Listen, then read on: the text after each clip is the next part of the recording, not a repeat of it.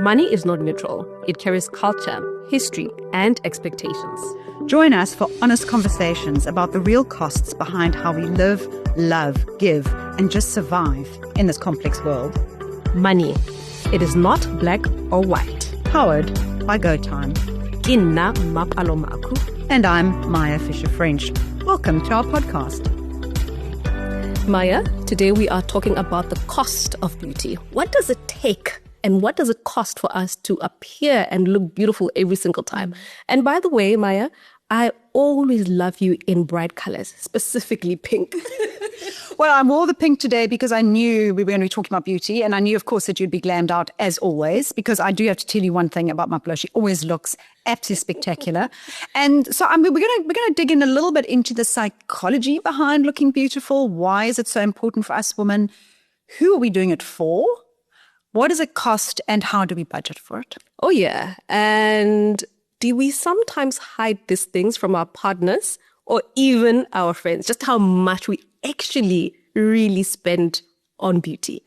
It's so funny you say that because whenever I tell John how much it costs me to go have my hair cut or whatever, he's like, what? Because, of course, men go to a barber, takes a razor and off. Yeah. They don't. So I think we do possibly to some extent hide the truth. But why do you think when we do our nails or we do our hair or we're wearing a beautiful outfit, why do you think it matters so much to us? Maya, I'll just tell you from my own experience.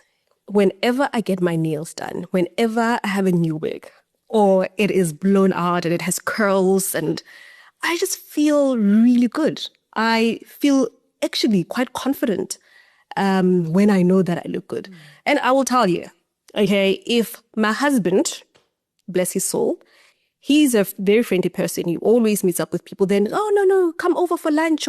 If he does not call me before he arrives with that person, I'm going to give him the death stare because I want to be presentable. So then I will rush and get myself together very quickly so that, when somebody, because then I feel confident. I feel like my best self when I'm presenting myself well.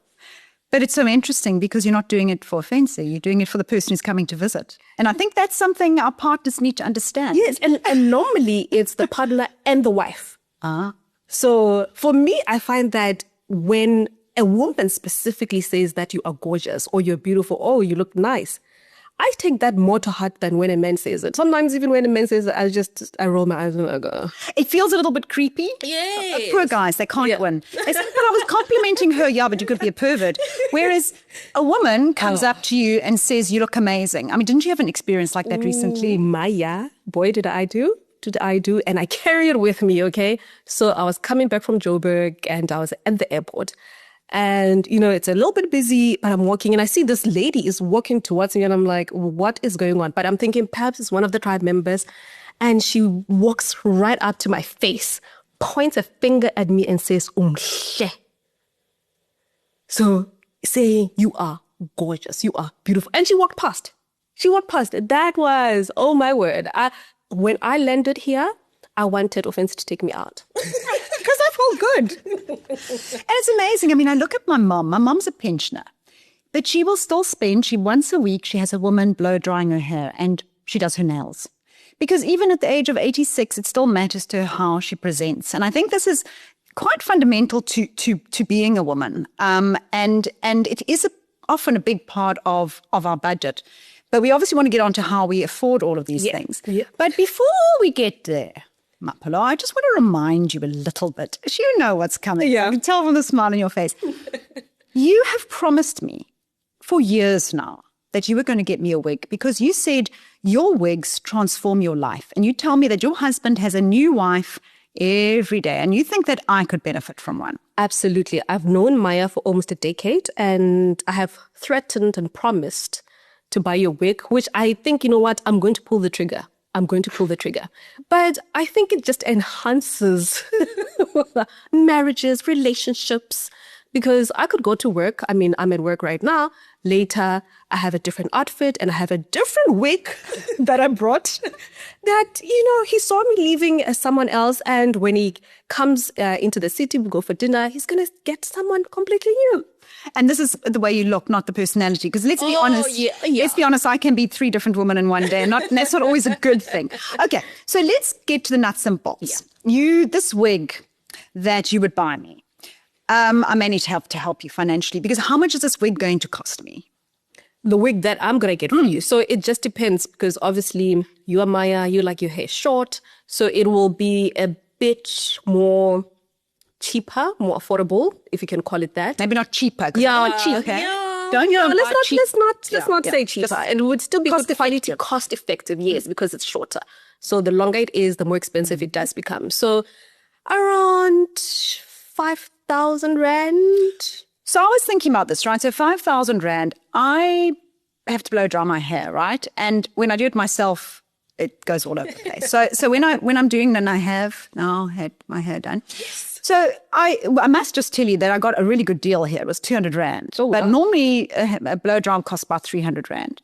So I'm trying to work out over how many, if I'm having to do that a couple of times a month, then I suppose over time, if you're just popping a wig on every time, then it's up saving you money. We're trying to justify it. Effectively. Yeah. That's what this whole podcast is about. That we're just trying to justify what we spent our money on. So that's the wig for my haircut, my length of hair. But what about that gorgeous wig that you would have been wearing at the airport when that woman was telling you how beautiful you looked?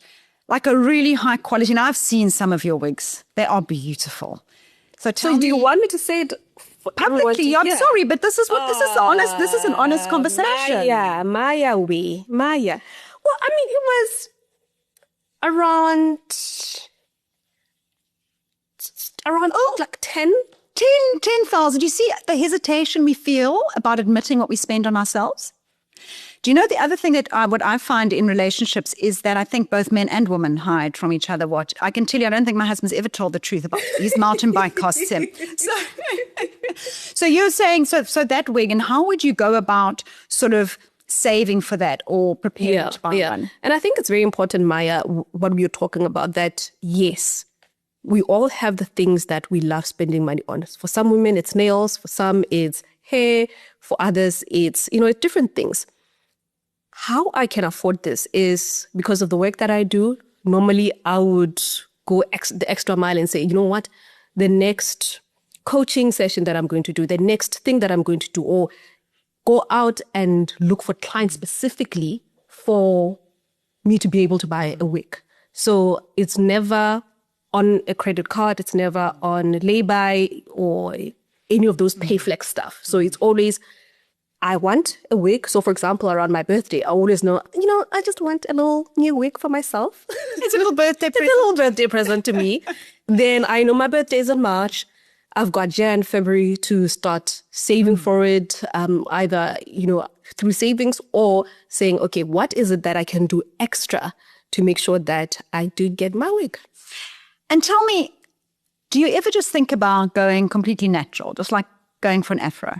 So I do have an afro, by the way. I do have an afro. And for me, I think how a woman's or a black woman's hair is so versatile, right?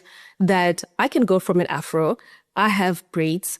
I can do cornrows. So it just depends on the season. So if I'm on holiday, I just have my hair out. I'm not worried about, how long it's going to take me to get ready.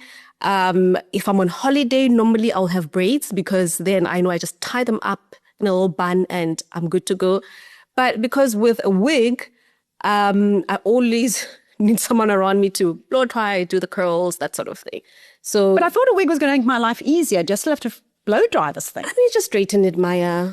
You can just straighten it. Okay. Yeah. So now you just upset me because I thought if I just had put this wig on, now I actually have to go and do things to it. I mean, Maya, do you just walk around and, with your own hair, just get on with the day? You do something to it, but it's not going to be as much as your own hair. Because remember, so for example, with this one, it was done about 2 weeks ago, but I haven't done anything to it other than just comb it out a little bit. So it does save you.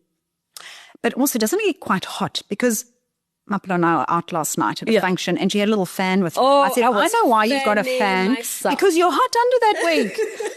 And I mean, great for winter. I mean, Cape Town is cold, so keeps you warm. It keeps you warm. You know, it's a win-win.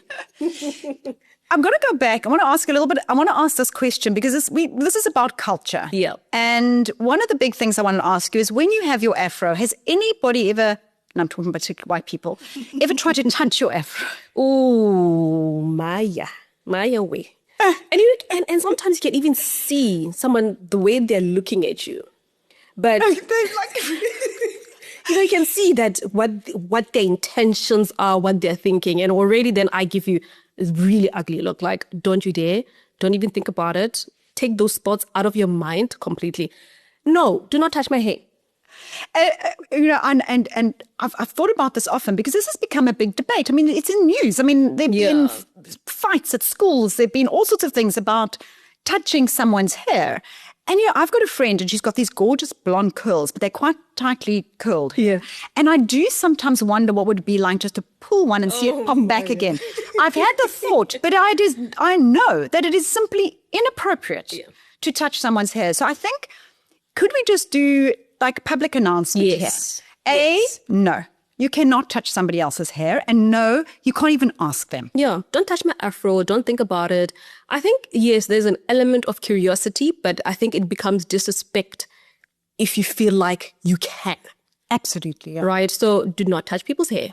And don't touch pregnant people as well. I was going to say, can we just add on? My niece is very pregnant at the moment. And I remember when I was pregnant, I would be standing in the queue in Pick and Pay. Oh, no. And people, and yes, they'd ask sometimes, but it's inappropriate. What are you going to say? Hi, can I touch your stomach? No, don't touch me. Just don't touch people. Okay, so I felt we had to get that out there. Yeah, absolutely. But I want to go back to the cost. We're trying to understand what it costs us to look beautiful.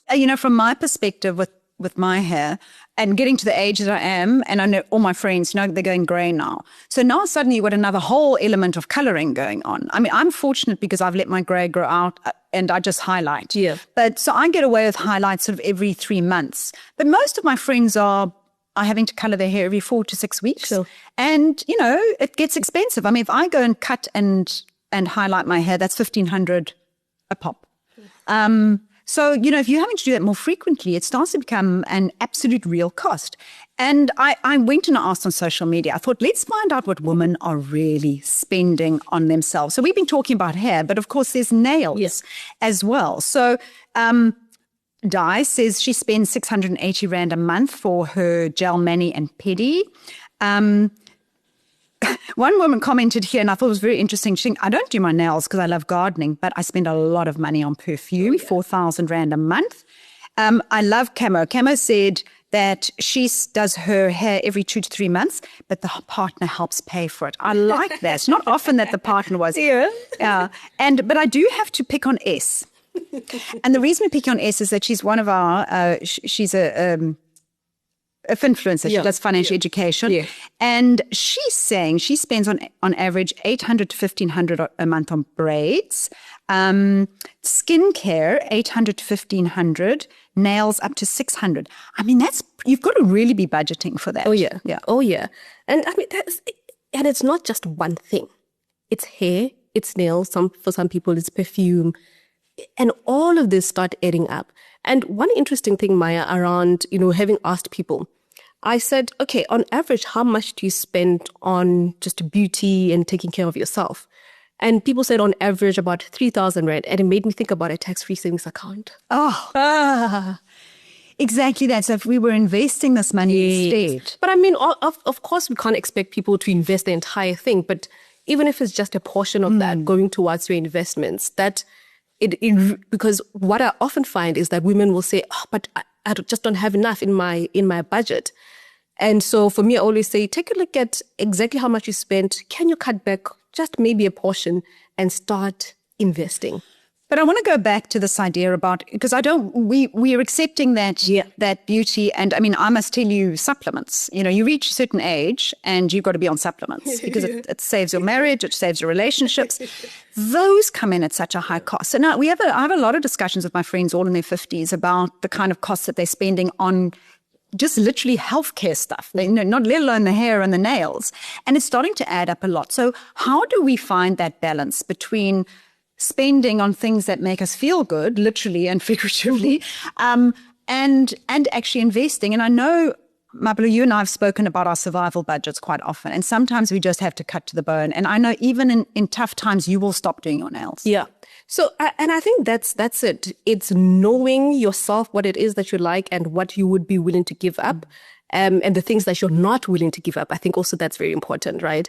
But for me, whenever I go through any financially strenuous period, the first thing to let go of is my nails, because it's not something that, it's an added better feeling to myself when I do have my nails done. But hey, Maya, no, I'm not letting go of my hair. Your hair, no. No, whether it be braids, whether it's a wig, but my hair always has to look really amazing because it makes me feel phenomenal. So I suppose what it is sitting down saying, if there is one item that I can, keep in my budget, even in my survival budget, what is it? What matters the most to me? But you spoke a little bit earlier about how you go about budgeting for your wig. How should we be putting this beauty costs into our budget? How do we go around funding them in your experience with women? Yeah. I've had many women who say, you know what, I am stretched thin and these things are important to me. I still want to look good, feel good. And so I have women who have started side hustles. One woman, Maya, is now driving an Uber. She has put her car through Uber and she does it on Saturdays and Sundays, and specifically just for, okay, I want to make sure that my nails are done. I want to make sure that sometimes I still eat out, because for some people, that's a big part of building community. So side hustles. I know another woman who bakes, she's an accountant, right? But on the weekend, she'll bake birthday cakes and sells them. And that gives her about 1.5 or so. And that covers most of her maintenance stuff, if you want to call it. So I have what I call a personal care little savings pocket, right? I love my little savings account. My little pocket. So I've got my main current account, and then I have a little savings account. So each one's got a name. Some of it says, school fees when I had to have those, and it would say medical stuff, and I've got personal care. And I do have to tell you, so far I've been very fortunate. I've managed to fund that quite often with my journalist awards. So when I when I win an award, I think, okay, I'm going to put that money in there, and then I know that if there's a little bit of extra stuff that I want to do or spend on, I've got the money available. But another thing that I do, and I really advocate this to many of these to people listening who have, because one of the problems is, right, I do my hair every couple of months, but it's a big capital outlay, right, in that month. So it's not something you can necessarily put in your monthly budget. So you can say, for example, you say, okay, on average, I spend 2,000 Rand a month on personal care. That's going to be what is that, 24,000 a year. So what you do is you look at takes a cost that comes every 3 months. Beauty care products, skin products, you don't buy them every month. And even perfumes, you don't buy them. Perfumes, you don't. Yeah. So you kind of work out, say in a year, I'm going to spend 24,000 Rand. And then that works out at 2,000 Rand a month. And then so what I do is I actually have that money automatically transferred into my personal care pocket. So at the beginning of the month, as I'm put my money into my bank account because I pay myself a salary, that gets transferred immediately into my personal care. So that when in month 3, I need to draw down on that to pay for whatever beauty thing I need to pay for, the money's available. And I think that's where a lot of women make that mistake. They haven't budgeted for that outlay that they're going to be suddenly paying because now they need to buy a new beauty cream or they need to buy their wig or, and I think that managing that on a monthly basis is very tricky. No, very tricky, Maya. And I know with my sister, she loves supplements. She's like a health freak, if you want to call her that. And that's exactly what she does. So she spreads out the cost and says, you know what, my creams cost me this much. And I know it takes about 3 months, but in those 3 months, I know every single month I'm saving towards that. So I think it's just that awareness of the frequency of the things that you use and saying, okay, every single month, how do I plan around that? I think it's important. I think really what we're trying to say here is, I think first of all, I wanted to have the conversation, Mapolo, to understand the wigs and the braids as somebody who doesn't touch, not touch people's hair. But I think we're also really covering that there are things that are important to you and important to spend on, but how do we do it? And I know sometimes we get caught up a little bit in the social media or the peer pressure that pushes us to buy things we can't afford because we're trying to impress. And I think we need to be honest about that conversation. Maya, do I have a story for you? So I was doing a coaching session with this lady. She had this credit card. I think there was about 30,000 rand on it. She had never really used it. She'd used to buy some stuff online, but she would immediately pay it back. She would buy some flights, but immediately pay it back. So very prudent person, right? She goes to Johannesburg to see some friends of hers, and she's there, and most of them have designer bags. And now, because she doesn't stay in Johannesburg, she's feeling a bit left out, like, oh, people maybe are thinking that, I'm not successful as them because, I don't even live around here. I don't have a designer bag. And lo and behold, what did she remember? Oh, I have 30,000 on my credit card, so I'm going to go to Diamond Walk, spend 25,000 rand on a purse even, right? 25,000 rand. Yeah, Maya. And that's a flight overseas. Sorry, that's where I go with that. Maya, I'm thinking a massive, beautiful weekend away with family. But anyway, so, and I asked her, I said, what was this for? And I could see she was quite uncomfortable to tell me this story. And she said, yeah, I bought this thing because, I felt left out. I wanted to show my friends that I'm also successful because, how else are you going to tell if I'm here and I don't have a designer bag? And so for me, it comes back to self-esteem, right? And why are we buying the things we buy? Am I trying to impress people? Or am I really in tune with the things that I like and I'm following my own financial plan? Mapula, I feel like we're kind of touching something here for me. Because yes, we've set this up as we understand that there's a certain amount that we as women have in our budget that men may not have. And we need to I think in order to feel good about ourselves, we obviously need to budget and we can find ways to do that. But there does come a point, and I know many women who spend all their money on clothes that are sitting in their cupboard that they never wear. And they don't have investments. They are not creating wealth.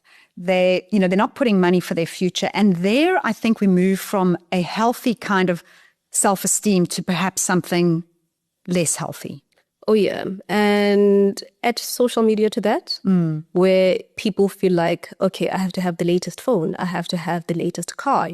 Everything has to, I'm keeping up with everybody else. And you have to go back. What does success look like for me? And follow that plan that is yours. Because you will never win. One thing about keeping up with the Joneses, with the Kumalos and everybody else, you will never ever win. As long as your benchmark is what everybody else is doing, you have lost already, actually. And that's why for me, Maya, I always ask, I say, I'm not asking you to give up anything, but what kind of future do you want for yourself, right? I want to be able to have my hair when I'm 50. I want to be able to go on holiday at 55, 50. I want to be able to say, you know what, I'm taking a little bit of a sabbatical for 3 months and I know that I have the finances for it. So I think if we can just bring it back to, yes, all these things good and well, but now interrogate within yourself, am I doing this because I'm trying to compare with everybody else? Sometimes do I have low self-esteem? So that, all this fluff, all these other things, when people perceive me, they can perceive me as successful. And that's a very fine line, Maya. And going back to the story that you mentioned about the handbag, is she felt she had to buy a handbag to show that she was successful, which is ludicrous, right? Yeah. Obviously. And Maya, just on that, I have had so many women and lots of women who will spend 15,000 rand on a wig. Women who will spend on clothes, on handbags, on skincare routine. I have women who tell me that they have a 6-step skincare routine that they do every single day. And all of that, I don't mind. But my question always is, do you have some sort of investment? Do you have life insurance? And most of the time, the answer is, I just don't know where to start. And I've always used this example because I just kind of started learning to do my own makeup, and I had one guy buy me like a whole case.